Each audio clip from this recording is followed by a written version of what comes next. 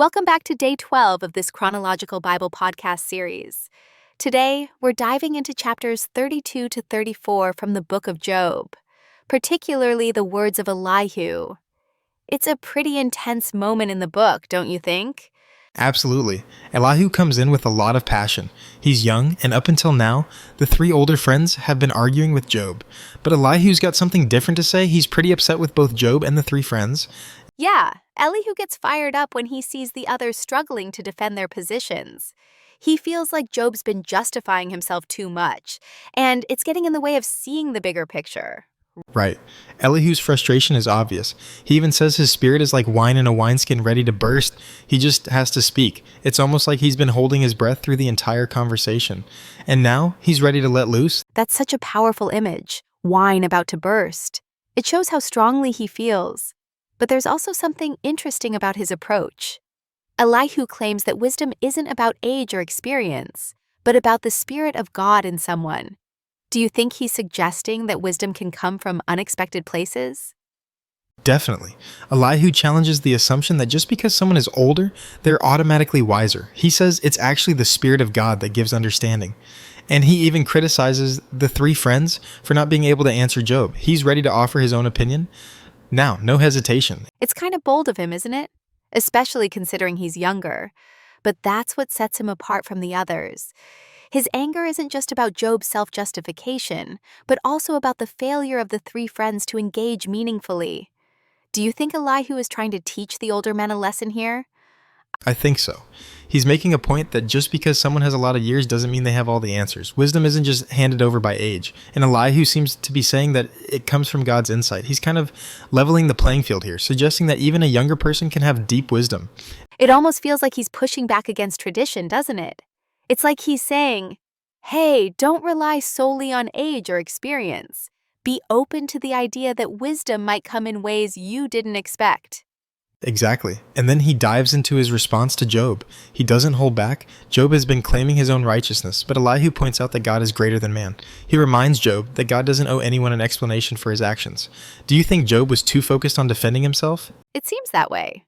Job spends so much time explaining why he's innocent that he forgets to acknowledge that God's ways are higher than his. Elihu is reminding him that God doesn't have to explain himself. Job's argument becomes a little self-centered, don't you think?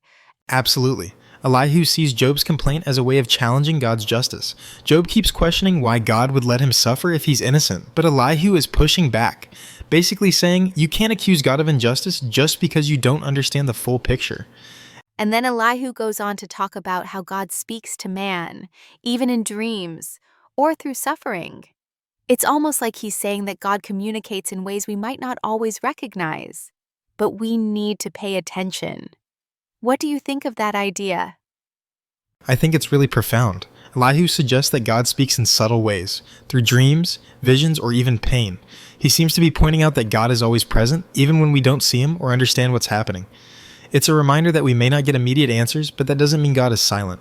I love how Elihu shifts the focus from Job's personal suffering to the bigger narrative, how God is constantly working in ways that we might not understand. It's like he's trying to help Job see the bigger picture, that there's more to life and suffering than what we can immediately grasp. Yeah, and then Elihu says something really striking. God does all these things, twice, yes, 3 times, with a man, to bring back his soul from the pit. He's essentially telling Job that suffering might be a way of saving him, not punishing him. That's a pretty radical way of looking at suffering. It is. Most people would see suffering as a punishment, but Elihu is presenting it as a means of redemption. It makes you wonder if Elihu is trying to get Job to shift his perspective, not just on his own suffering, but on how he sees God's actions in the world. Definitely. And there's something else here that really stands out. Elihu talks about how God watches over everyone, from the rich to the poor, and he's always aware of their actions. There's no hiding from God, and no one is exempt from his justice. Elihu's idea of God's impartiality is really important, especially considering the previous arguments. Job's friends had been treating him like his suffering is some sort of punishment for sin. But Elihu makes it clear that God isn't punishing Job based on his social standing. This isn't about favoritism. It's about divine justice. Exactly. And Elihu goes even further, saying that if Job truly repented, he could find redemption. He gives Job the opportunity to see that turning back to God could restore his life. That's a hopeful message, don't you think? For sure. Elihu's speech might seem harsh at times, but it's rooted in hope. He's not condemning Job.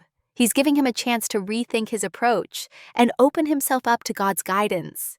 It's interesting how Elihu contrasts Job's approach with that of others. He highlights that Job's complaints against God are like those of the wicked, but Elihu believes there's still hope for Job to turn it around. It's almost like Elihu is giving Job a final chance to see things from a different perspective before the bigger resolution comes. And he's not sugarcoating it. He's being brutally honest, but in a way that invites reflection and change. That's a good point. Elihu's honesty is raw, but it's also full of wisdom. He doesn't give Job an easy way out. He forces him to confront the deeper truth that God's ways are beyond our understanding and that there's something bigger going on than just Job's personal suffering. It's definitely a powerful moment in the story. Elihu is speaking truth, not for the sake of winning an argument, but for the sake of bringing Job, and maybe even the others, closer to understanding God's justice. Absolutely. And I think that's what makes Elihu's words so timeless. They challenge us to look beyond our immediate circumstances and to trust that there's a greater purpose at work in everything, even when we don't see it. And with that, we come to the end of Elihu's speech. Job, the three friends, and even Elihu himself will be forever changed by what's been said. It's definitely a turning point in the story. Definitely. And as we wrap up, I think it's worth pondering. When we face hardship or suffering, how often do we try to justify ourselves instead of seeking a deeper understanding of God's purpose? Great question. It's something we can all think about as we face our own challenges. Well, that's all for today, folks. Thanks for tuning in, and we'll see you next time. Take care, everyone. Have a joyful day until next time. Be blessed.